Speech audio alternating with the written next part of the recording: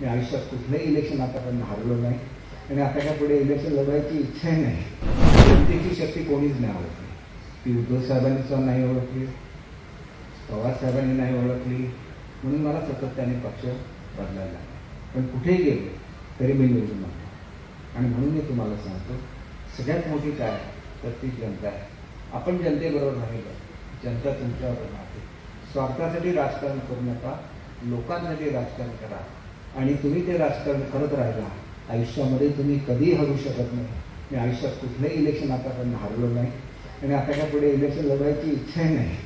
परंतु अनेक लोक सांगतात मी आयुष्यभर जिंकलो, मी सुद्धा आयुष्यभर जिंकलो इलेक्शन, सगळे इलेक्शन जिंकलो, परंतु ते काय मी नाही जिंकलो, तुम्ही जिंकलेला, तुमचं प्रेम जिंकलेलं आहे। ते प्रेम कायम ठेवा एवढीच विनंती करतो आणि माझे 2 शब्द संपवतो। जय हिंद, जय महाराष्ट्र।